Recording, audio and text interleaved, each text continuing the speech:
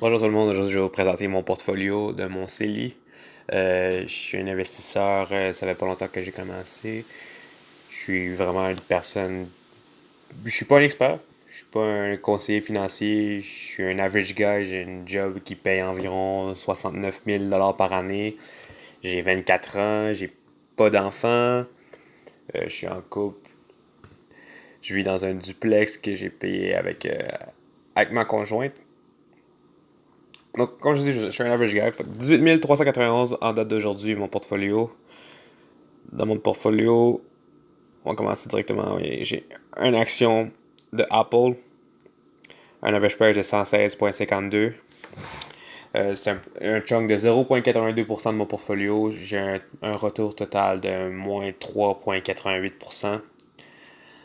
Apple paye un dividende de 0,70% par année.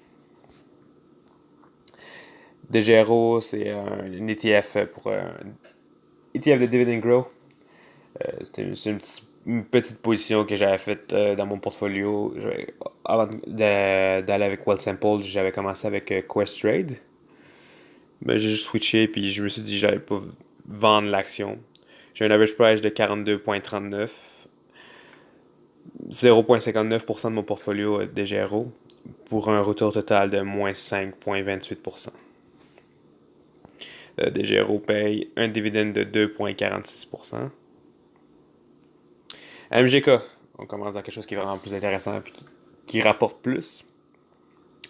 J'ai 21 actions pour un average price de 184,52$.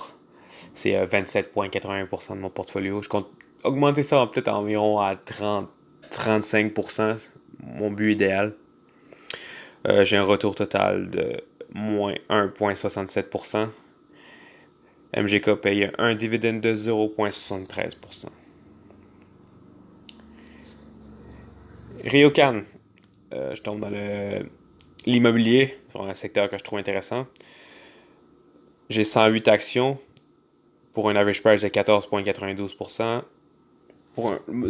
Ça fait 8,57% de mon portfolio. Le COVID m'a quand même frappé fort. Moins 2,19%, c'est pas si pire que ça. Et Ryokan paye un dividende de 9,91%. Donc, c'est une action individuelle qui est quand même vraiment intéressante pour l'instant. AT&T. J'ai 3 actions, c'est vraiment aussi une petite position dans mon portfolio minuscule. Je les paye cher, par exemple, à 41,29$ pour l'average price. Au moins, c'est juste 0,63% de mon portfolio. Pour un retour total de moins 29,76%. Ouch. Le dividend yield est à 7,16%. VNQ, pour un côté l'immobilier américain, pour un ETF. J'ai 7 actions, c'est 4,10% de mon portfolio. J'ai un average price de 94,77$. J'ai un retour de moins 15,32%. Et VNQ paye un dividende de 3,85%. XRE, ça c'est vraiment mon plus grand perdant de mon portfolio, Seigneur. Je suis à 494 actions. J'ai un average price de 17,18%. 17,18$. XRA, c'est un chunk de 38,99% de mon portfolio. Ça, je compte vraiment réduire ça. Je trouve que c'est vraiment énorme. Quand j'ai commencé à investir, je trouvais que c'était une action qui était intéressante, mais c'est vraiment trop gros dans mon portfolio. Je suis à un retour de moins 15,56%, puis j'ai perdu. Je suis à moins 1320$. XRA paye un dividend yield de 6,36%. Et le dernier, ZSP, c'est un ETF qui track le S&P 500. J'ai 56 actions, un average price de 44,98 pour un chunk de 14,79% de mon portfolio. Je compte augmenter ça vraiment, ça aussi beaucoup. Environ peut-être au moins un autre 25% aussi. Et j'ai un retour de positif, quasiment enfin, de 7,93%. ZSP paye un dividende de 1,52%. C'est pas un portfolio vraiment d'experts. Comme je vous dis, je suis un débutant moi aussi. Je compte mettre de l'argent là-dedans continuellement. Environ peut-être entre 500 et 800 dollars par mois dans ce portfolio-là. Je peux montrer environ.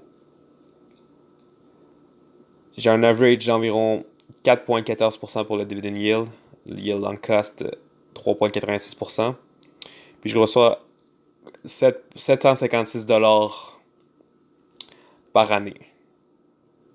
Fait que c'est tout pour mon portfolio, c'est pas super.